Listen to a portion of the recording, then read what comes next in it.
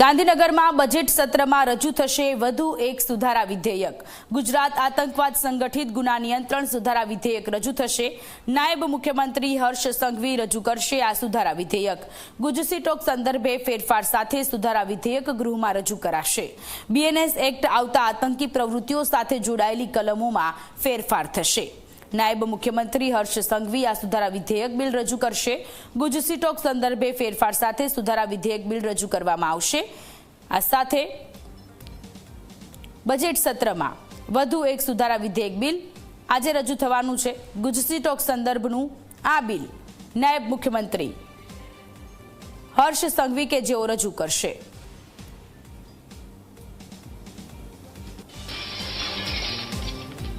તો ગાંધીનગરમાં બજેટ સત્રમાં સૌરાષ્ટ્રનું ખેતીની જમીન સુધારા વિધેયક રજૂ થશે। સૌરાષ્ટ્ર ઘરખેડ સુધારા વિધેયકની કલમ 75માં સુધારા કરાશે। બોજામાંથી મુક્ત જમીન નિહિત કરી નિકાલ કરી શકાશે। અગાઉ સુધારા વિધેયક મુલતવી રાખવામાં આવ્યું હતું। સૌરાષ્ટ્ર ઘરખેડ સુધારા વિધેયકની કલમ 75માં સુધારા કરવામાં આવશે। બોજામાંથી મુક્ત જમીન નિહિત કરી નિકાલ કરી શકાશે।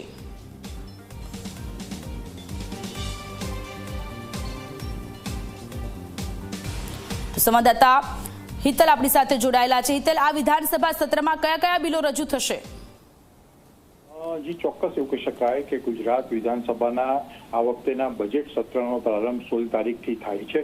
સ્વાભાવિક છે કે આમાં 8 થી 10 વિધેયકો સુધારા વિધેયકો અને રજૂ કરવામાં આવે તેવી શક્યતાઓ જોવામાં આવી રહી છે। મહત્વનું એવું કહી શકાય કે અત્યારે ગુજરાત આતંકવાદ અને સંગઠિત ગુનાહિત નિયંત્રિત સુધારા વિધેયક નાયબ મુખ્યમંત્રી હર્ષ સંઘવી દ્વારા વિધાનસભા ગૃહમાં રજૂ થવાનું છે। સ્વાભાવિક છે ગુજસી ટોક સંદર્ભમાં ફેરફાર જે છે એમાં સુધારો કરવામાં આવશે। ક્યાંક ને ક્યાંક સીધી રીતે જોવા જઈએ તો આતંકવાદી પ્રવૃત્તિઓ સાથે જોડાયેલો આ સુધારો છે।